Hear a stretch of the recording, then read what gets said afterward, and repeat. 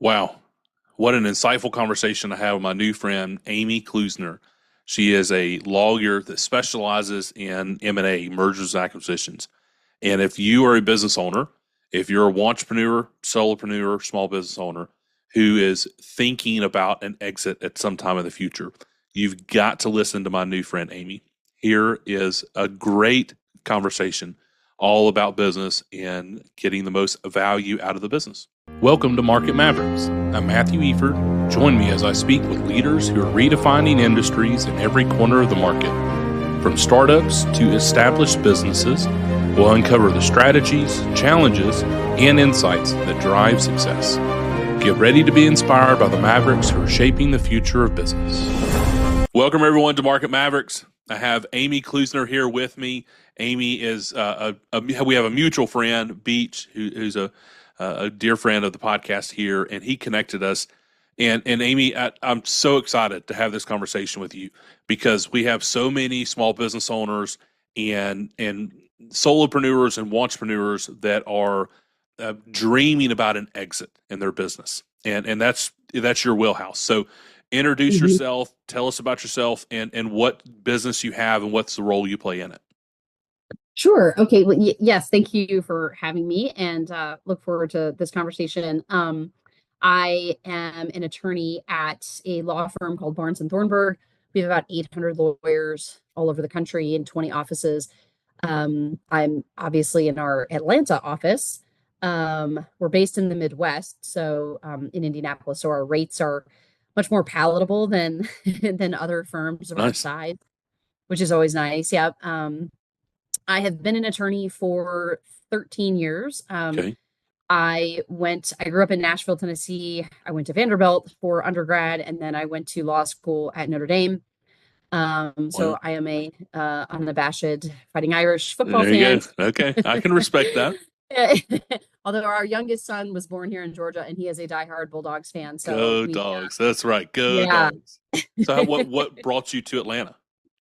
Oh, so what brought me to Atlanta, after law school, my husband and I lived in Indianapolis, where he's from Indiana, Okay. and I was working at a law firm there and got an opportunity to come down here to Atlanta, um, to work at a larger firm and really do healthcare mergers and acquisitions, which was, Okay. I really wanted to do more deal work. In the firm I was at, really didn't do very much of that, and so I was in our corporate healthcare group. And then from there I went in-house. So I've been in-house at a couple different companies, which essentially means you're you're the in-house lawyer, right? So you become a cost center for the company. You don't generate any revenue, but hopefully you're saving the company money. Sure. Um, and I was at a couple of private equity backed healthcare companies. So Well, got to, see the exit process, and really we acquired a lot of other companies' practices. So I've done a lot of that. um, I've never actually calculated the number, but I've, done hundreds of deals by this point, well, ranging all the way from, a couple $100,000 to, $1 billion. wow. Um, Okay. so kind of everywhere in between there. Sure. And then a couple of years ago, I decided to come back to private practice. With some of these things, and I'm sure small business owners can appreciate this. Sometimes, your company is growing, and you think, oh gosh, I don't want to pay this outside lawyer anymore. I'll just bring a lawyer in house. But that can get expensive too. And sometimes if the company is not, if you haven't kind of figured out how to make money at the company yet, then that just gets a little cost prohibitive. Sure. So that was kind of the situation where I had been, and so I decided, I think I'm gonna go back to private practice and essentially build my own practice. So it's just sort of it's like being an entrepreneur, but within a larger law firm. I have the support of a big firm around me, but I still have to build my own business and design my business. Kind of I get to focus my practice on things that I think I can help with and things that I enjoy doing. Um, and so that's been, I really like helping small business owners. A lot of them do happen to be in the healthcare space, if it's, dentists, doctors, med Cool. spa owners, that kind of thing. But then I also do a lot of just really anything, businesses that have absolutely nothing to do with healthcare. Sure. All the So things. you've been through hundreds of deals. You said Yeah. a couple 100,000 to a billion, which is Yeah. fascinating. And I'm sure that that process looks similar in some ways and very different. But a question I Yes. have is somebody's looking to exit. Number one, what does that timeline look like from your Yeah. experience? What is that timeline from the time they say, I'm ready to exit to when an exit happens? What's typically that timeline? Great question. And in typical lawyer fashion, I will say it depends. But that's only because it can really vary. Because let's say, like for example, I'm working on a deal right now where we have a client that is selling his business to an employee. Okay, So that's really easy, right? He has a buyer. He doesn't have to go out and find anybody. And that's fairly quick, right? We're probably going to do it by the end of the year. That's the goal. Then you have other situations where maybe you have a very niche kind of business, and because let me say this too, when you're ready to sell, there's only two kind of buyers out there, right? okay, There's typically what we call financial buyers, which are, think like private equity, someone who's like they're going to buy your company, but they really don't want to have any like management in it. They're just going to kind of like inject capital and sort of be passive, right? sure, So that's a financial buyer. Then the other is a strategic buyer. And the strategic buyer is typically somebody who has a similar business. And then they say, I want to add on, something like my business. And, like let's say if you make, like PVC pipes or something, and you say, I'm going sure, to buy another business that makes PVC pipes as well, because I want to get on the West Coast. All my locations are on the East Coast, sure. something like that, right? So those are the two different types of buyers. And so sometimes you can find a financial buyer pretty quick. Sometimes a strategic buyer may take a little while if you have something very specific, and not Okay, a lot of people may be in the market for that. Also, if your business is not doing well, or if you have a lot of liability on your books, maybe you recently, had a big lawsuit, or maybe you're in an industry that's not really popular now. Maybe you make newspapers and nobody's really buying sure, newspapers, for example. So when you decide you want to sell, that's where it becomes really handy to, if you don't already have a buyer that you know or that you've talked to or something like that, a lot of times you're going to have to engage a broker, maybe an investment banker if it's a higher dollar amount. And those are professionals, so you do have to pay them, right? They'll take a cut of the proceeds. But the idea is that they can help you market your business, figure out what it's worth. sure. Um, I'd say that that's kind of the first thing to do too. When you decide you want to exit and you're trying to figure out the timeline, what will help accelerate or slow down that timeline is the valuation process. If Okay, you are accurately priced, I mean, think of it like it's like selling a home, right? I always use selling your house, the analogy, because most people have never sold a business, but a lot of people have sold a house or sure. they bought a That's a house, great right? analogy. Yeah, Yeah. So when you put your house on the market, it's going to sit there forever if it's overpriced and if it's not in good order, right? Like if it's not updated, if it's needs a new roof. But if it is in order and it's priced right, it's going to go yeah, because a lot of buyers are going to want that. It's just simple supply and demand. Um, so that's kind of, that's kind of the initial piece is you got to figure out what your business is worth. And if there's anything, let's say someone values it and they tell you, you don't like the dollar amount, right? You think, I think it's worth more than that. Okay, fine. And maybe it is. But then there might be things you need to do to kind of get it ready sure, to get that dollar amount. sure. Maybe attract some different employees, maybe open a new location, things like that. So That's fantastic. So what are mistakes that you see, right? Because I'm sure that yeah, in all the deals that you've been a part of, I definitely want to hit on the billion dollar because I think that's a fascinating. But just a standard, what most of yeah, our entrepreneurs are not going to have a billion dollar exit. Maybe they will, yeah, and hopefully we can be part of their success. But yeah. what are some mistakes that you see that you say like, man, I wish I could talk to small business owners and say, Yes. avoid these three things or make sure and do these two things. It will help you so Mhm. much when you get to that exit table or getting closer to the exit table. Yeah, yeah. So, I guess I'd say a couple of things, are, always kind of ring true in my mind and regardless of the dollar amount, these are kind of the commonalities that you see. Okay. Um, I think the first is to be really patient and humble with the process. And Okay. that, what I mean by that is, especially if you've never done it, there's going to be a lot that, because it's an emotional process. And even business owners who tell you, oh no, oh, man, I want rid of this thing. It's just like my, redheaded stepchild. I'm ready to get rid of it. Sure. They still are very emotionally involved in, because you've built it 9 times out of 10, you yourself. It's hard to let that go. And so I would say, be patient with the process. Trust the people that you've hired to guide you and counsel you, because they have done it.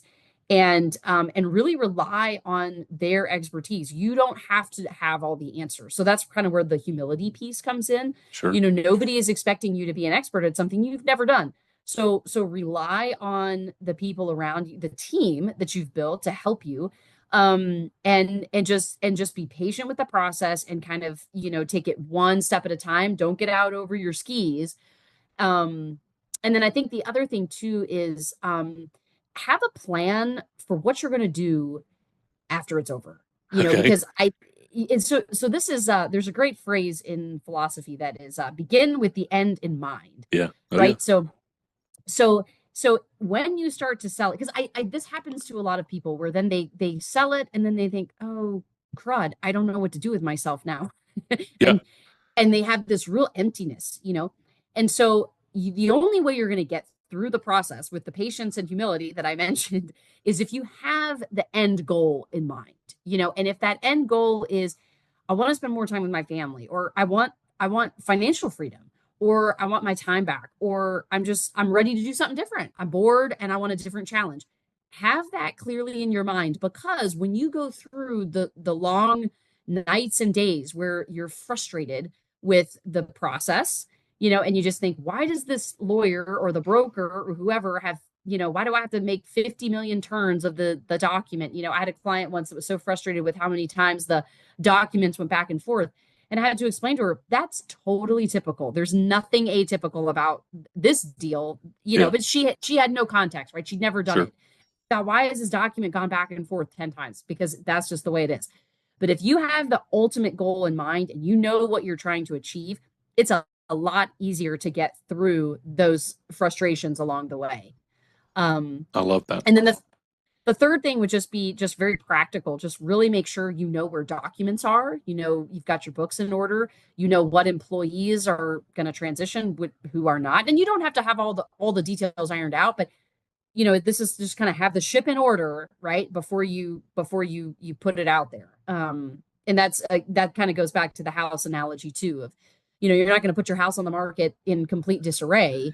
You're going to have everything tidy and, Yeah. um, The cookies baking in the oven. Yeah. that's right. Exactly. Yeah, because you're going to have to produce all those things, because then when you go through the diligence process, so once you decide to sell, and then you get a letter of intent from a buyer, where the buyer says, okay, I want to buy your business and here's how much I'm willing to pay for it. Then they're going to say, let me see your business. Let me see everything about it. Let me poke the bear and, look at all your contracts and see if those are coming with me, or if those are worthwhile. Do you have any good employees, or are these people getting ready to jump ship if you leave, all that stuff. Sure. So the more questions you can answer, and the more kind of like nuts and bolts you have in order, the easier the process will be. I love that.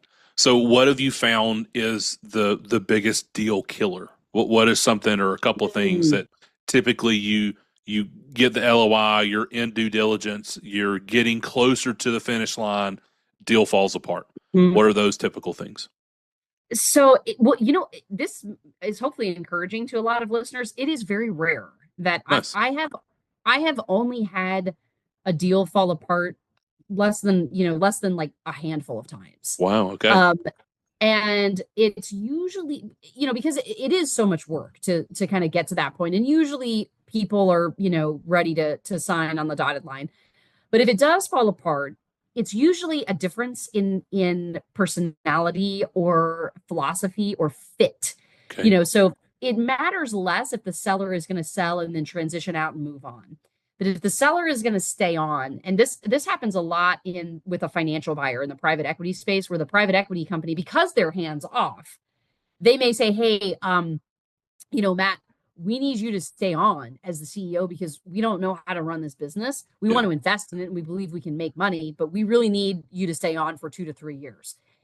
And so the negotiation of that kind of consulting agreement, employment agreement, depending on the circumstances, can get very dicey if there is a real difference in leadership philosophy or just management style, Sure. and sometimes it's a bad fit. And or sometimes if there's some dishonesty on either side, maybe the business is not what was represented, the buyer can get really upset, and feel like, hey, wait, I'm in it. You never told me about XYZ, and now I see that, you've got like mold everywhere in the Sure. building that I'm gonna buy. Then or I want to lower the purchase price. And so yeah, so that's usually it. Or like if there's just really like they just can't come to a meeting of the minds on price and value based on, kind of after the diligence period. But again, it's very rare. For the most part, if you want to sell your business and someone wants to buy it, you can make a deal work. Yeah. That's the part about my job that I love, is that it really, litigators, fight back and forth, and I don't like that sort of thing. So what I like about my job is that for the most part, it's happy. Someone wants to sell their business and someone wants to buy it. Yeah. And for the most part, that's pretty happy. And I'm a firm believer that, human beings can find, we have a lot more in common than we don't. And so Yeah. at the end of the day, I think if you have somebody that helps you keep that perspective, and this is where I always think that me being a mom of 3 boys is really helpful in the Okay. negotiation space. Yeah. We have 3 boys at home too. It is Awesome. constant negotiations. Yeah, I got you. I love that. Exactly. Well, and I mean, you're a man, so I can say this to you. Sometimes there's not a lot of difference between like these young boys and grown men, right? Amen. Amen. Preach it, Um, Amy. I love that. So what do you find in your experience has helped somebody? So people, they talk about their multiple, right? They want to increase their multiple, which is the revenue, the money they get out of the business based off the evaluation.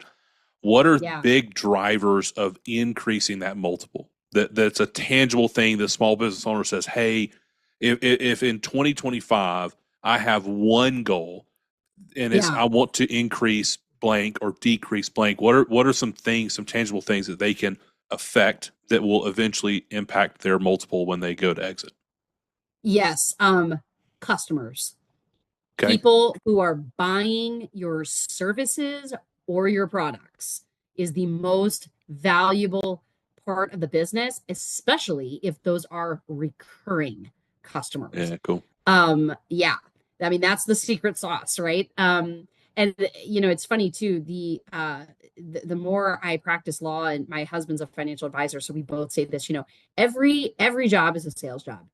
We try to tell our children this, if there's one thing you can learn, one skill you can be really good in life, it's sales, Yeah. because everything is a sales job. So whether you're selling services, I mean, people look at me and like, oh, you're a lawyer. I am, but I'm also a salesperson. Yeah. I have to I sell my time, I Yeah. sell my expertise, I sell my services.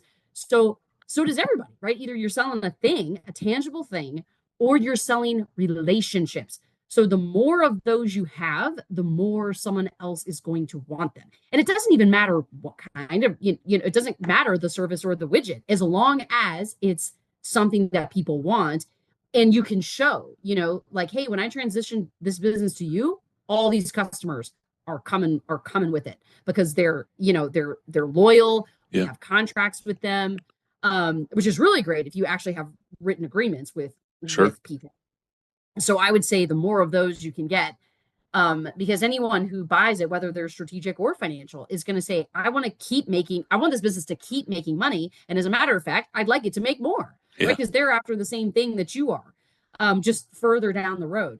So if there's a way that yeah, you can say, you know what, and maybe that's increase your marketing spend. Maybe that's doing something a little bit different that you haven't done before, whether it's social media or something like that, just to kind of make people aware of what you do. And then I think reputation as well, making sure that people believe in your product or your services and can vouch for it. Okay.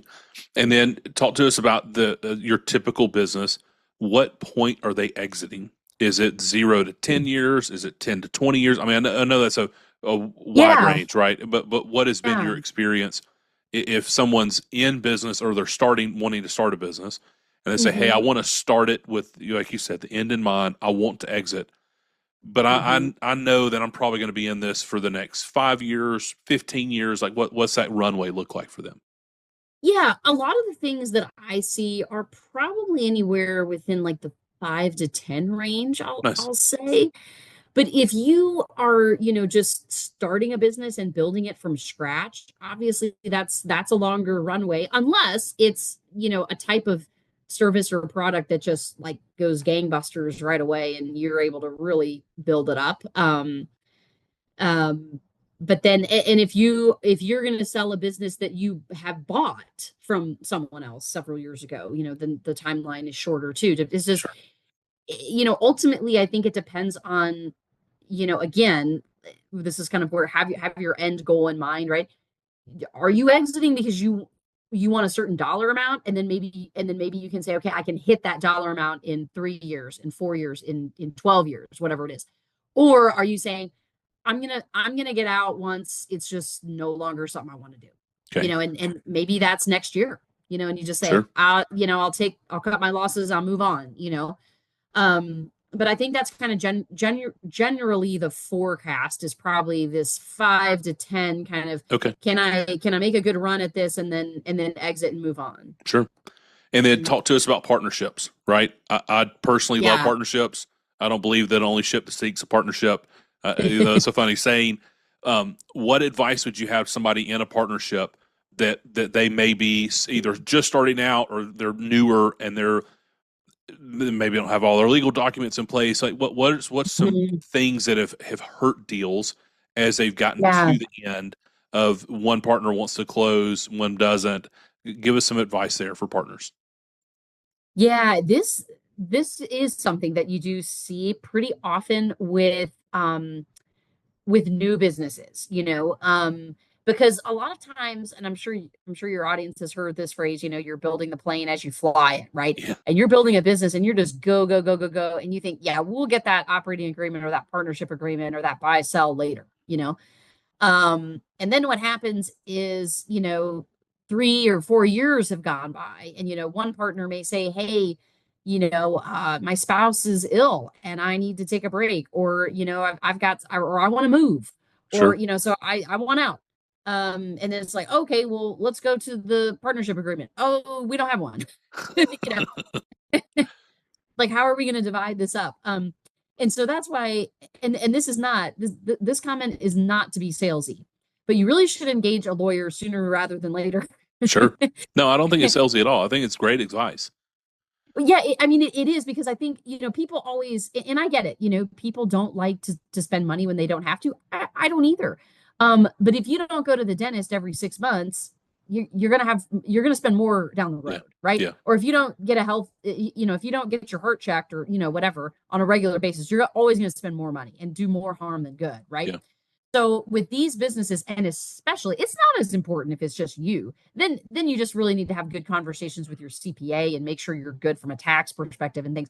But if you're bringing other people into the business, either through partnership or employees, it is always really good to have those conversations with a lawyer, just to communicate to the lawyer, hey, here's what I want to do over the next 5 to 10 years. Here's, Sure.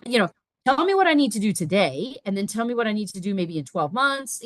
And we do that a lot, where, with newer companies, we can say, yeah, you don't need to spend, $5,000, $10,000 right now. You just need to get, this agreement in place, and then let's revisit it in this time next year. And then you Sure. and then you tell me what else you're thinking, or what Sure. has changed. You So know, so um, what does that typically look like? So for somebody who's newer in yeah, business, who says like, you said $10,000, like I can't imagine dropping $10,000 on a legal document. sure. But it is what does it take to bare minimum, or what is some of the your partnership agreement, your operating agreement?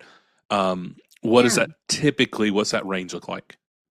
I mean, I would say that for a small business, with, let's use the example of two partners. Okay. You've got a partnership that's 50-50. So you need, maybe you have an LLC, so you have an operating agreement, and then maybe you have some sort of buy-sell agreement so that if one of those partners dies or wants out or something like that, I mean, that can usually be done for less than $5,000, kind of all in, Nice. including conversations and things like that. Um, and again, it's just it's having the person who has seen a lot of different things and can kind of shed some light on like, oh, well, have you thought about this or that? Yeah. And it just it gives you peace of mind. That's what I always tell people. It's like I know it's not fun to spend money, especially on paper, but when you think about, what is going to keep you up at night? And this is a question that when I was in-house, I used to ask the management team a lot. Like, what's keeping you up at night? Like, what are you worried about? Because let me help you with that. That's my job, Cool. right? I am there to alleviate some risk. And I mean, you can never see everything Sure. that is Yeah, yeah, coming, that sure. we're not predictors of the future. But somebody who can help guide you in as much as possible based on what they've seen can hopefully just kind of like, all right, you know what? I don't have to worry about it because I have an agreement in place. And if my partner dies tomorrow, we have a plan and it'll all be all right. Yeah. You know? I say the same Um, thing with us as business owners and our clients having an agreement in yes. place. And it's not Yes. that I don't trust you and you don't trust me. Obviously, we're doing business together. There has to be a level of trust. But what that Yeah. agreement does is it provides very clear guidelines and guardrails for this relationship. That I say I'm going Exactly. to do this, you say you're going to do this, we're Mhm. going to do this. And if That's one of right. us does not, here's what's going to happen. And it's Exactly. very clear on the front end. So that way, if Yeah. you feel comfortable with it and I feel comfortable with it, then we can move forward together. And if you don't feel comfortable with it or I don't feel comfortable with it, we don't move forward together. But it's just clearly Exactly. setting the expectation. That's right. And I think that's always I mean, that's a great point because that is really the key to any relationship is clear communication and expectations, Yeah, you know?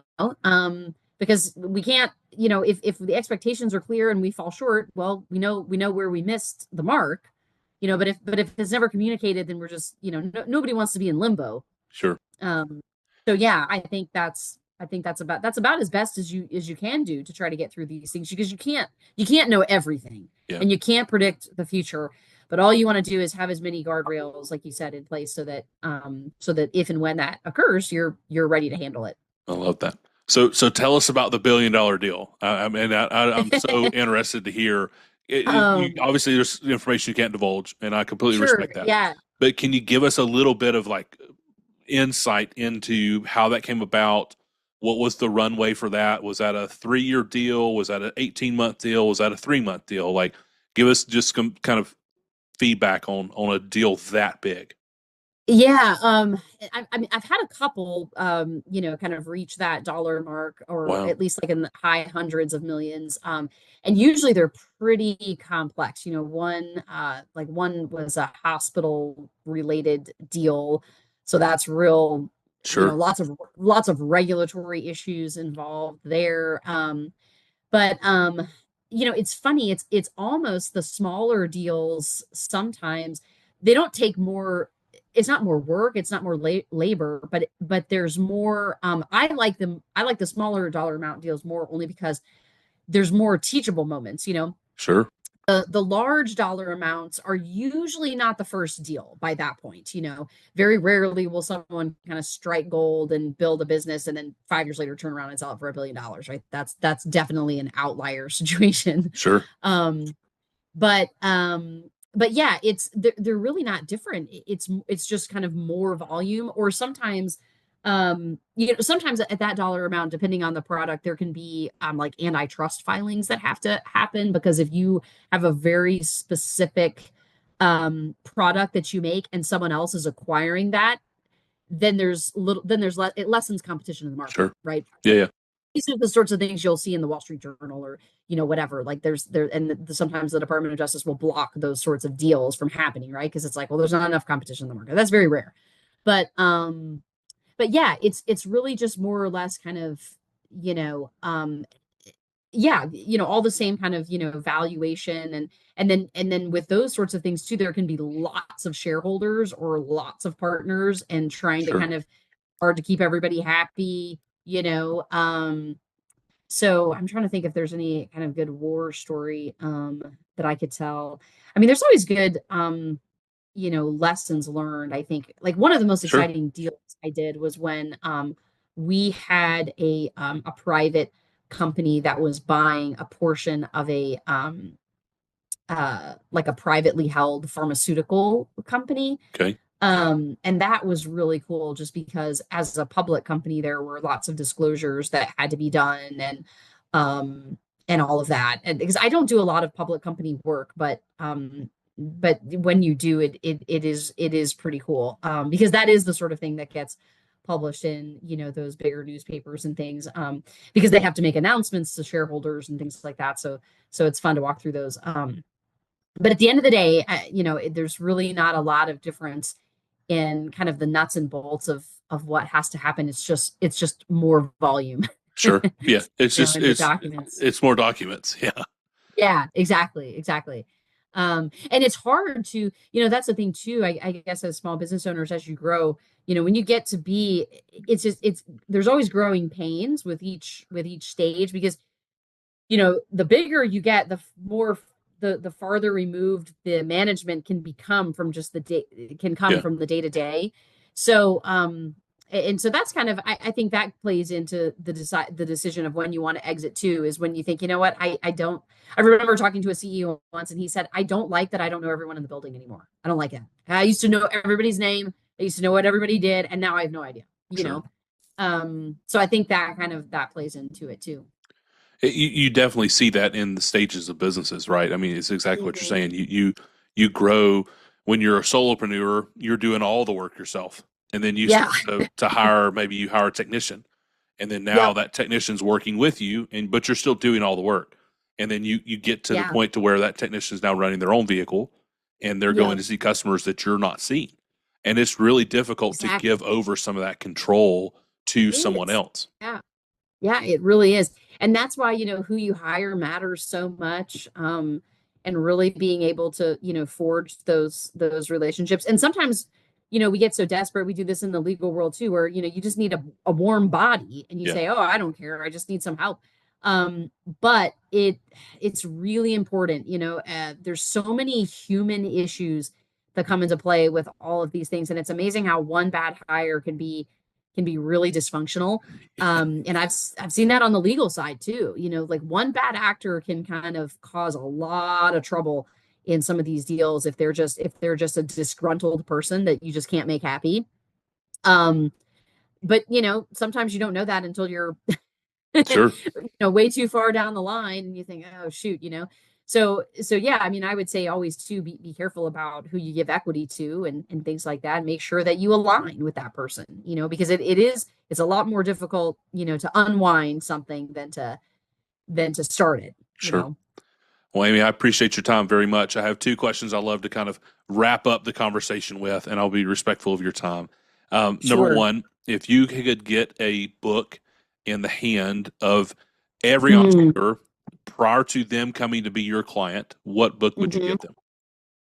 I think it would probably be the is it What Got You Here Won't Get You There? Oh, yeah. Yes. Yeah, I've I got my like that. computer over here. I can't look up who it is, but yes, I'll I put that in know the the show author notes. is escaping me. He's a famous author, but yeah, I like that one because I think that and that kind of ties into what I was saying before about just making sure you're clear about your goals. Is I think sometimes we as humans, I mean, we all do this. Like we tend to kind of hold on to the nostalgic piece, right? Yeah, And it's hard to, but I think just when you're getting ready to go through a transaction, you're getting ready to go through a sale, like you got to think like that, like I've done all these things to get to this point, and now I'm kind of like birthing the baby or yeah, sending the kid off to yeah. college, right? It's different. It's a different transition. And so that, yeah, I think there's some good words of wisdom in that book. I love that very much. All right, let's close on this. If you could give your advice to yourself 10 years ago, what advice would you give yourself? Um, I This kind of ties into what I said in the very beginning, be patient. Um, I think when I was a young, well, maybe I still am a young lawyer. I don't know. Hopefully I am. Um, but it was really hard for me. I got really frustrated that I didn't know all the things, Okay. and I thought, oh, like, I went to school and I spent all this money and why don't I know everything? Well, because you can't. Yeah. And that's silly to think.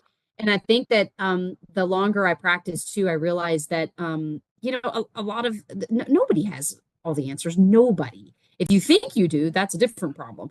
A very different problem. Yeah, Yes. very different problem. Yeah. So yeah, I think just being really patient and treating everything like it's an opportunity to grow. I had this one person say to me, everything in life will either make you bitter or make you better. I love that. So let it What a let it make you great better. perspective. Yeah. Yeah, yeah, don't get upset about the things that go wrong. Just let it make you better. And I think that that's really true in the business world too. I mean, you're going to have clients that you think, "Oh my gosh, this person screwed me," or, whatever. And you just have to roll with the punches and move on to the next one, Yeah. and just say, "Okay, what can I learn from it and what am I going to remember going forward?" So, I wish I could have told myself that 10 years ago because I would have it would have calmed me down. I love that. What an excellent way for us to end. Well, Amy, I appreciate your time. If somebody's interested in getting in touch with you, if are at the stage of saying, "Hey, I'm tired. I'm tired of being in my Yeah. business.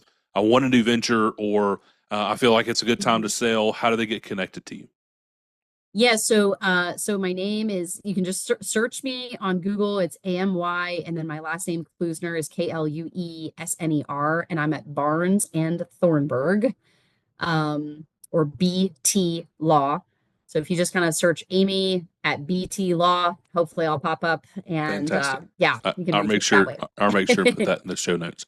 Awesome. Thank you, Awesome. Amy, very much for joining us today. Thank you, everybody, for being part of Market Mavericks. We'll see you soon. Thank you for joining us on this episode of Market Mavericks. We hope you're walking away inspired and ready to take your own adventure to the next level. Don't forget to follow the show to keep up with our latest episodes. And if you enjoyed today's conversation, make sure to subscribe, share it with others who could benefit. And hey, if you know a market maverick who has a story that needs to be heard, please drop their name in the comments. We would love to bring their insights to the show. Until next time, keep pushing boundaries and leading with purpose.